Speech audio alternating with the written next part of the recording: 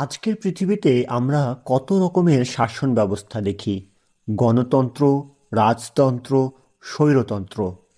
কিন্তু একজন মানুষের প্রশ্ন হওয়া উচিত, ইসলামের চোখে আদর্শ শাসন ব্যবস্থা কেমন হওয়া উচিত।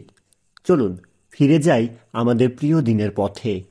ইসলামের শাসন ব্যবস্থা কোনো ব্যক্তির ইচ্ছার উপর নির্ভর করে না, বরং এটি আল্লাহর বিধান অনুযায়ী পরিচালিত হয়। পবিত্র কোরআনে আল্লাহ বলেন, যে কেউ আল্লাহর অবতীর্ণ বিধান অনুযায়ী বিচার না করে তারা জালিম। সূরা মায়েদা আয়াত ৪৫।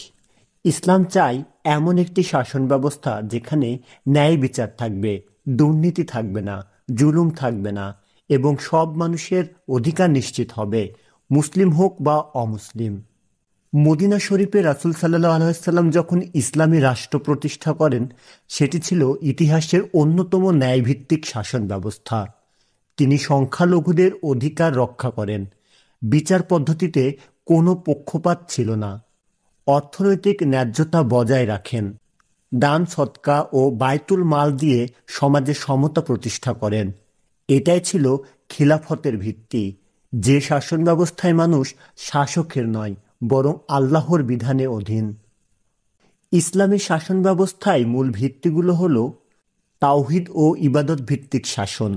শাসক ও শাসিত উভয়েই আল্লাহর সামনে দায়বদ্ধ।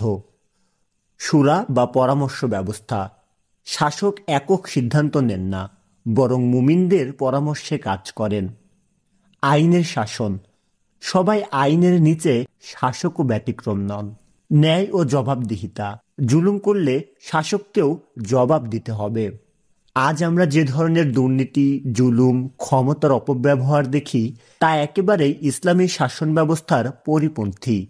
আমাদের দায়িত্ব নিজেদের মাঝে ইসলামী জ্ঞানের চর্চা বাড়ানো, ন্যায় বিচারের পক্ষে অবস্থান নেওয়া, নেতাদের জবাবদিহিতার আওতায় আনা এবং ইসলামী মূল্যবোধ সম্পন্ন সমাজ গঠনের চেষ্টা করা।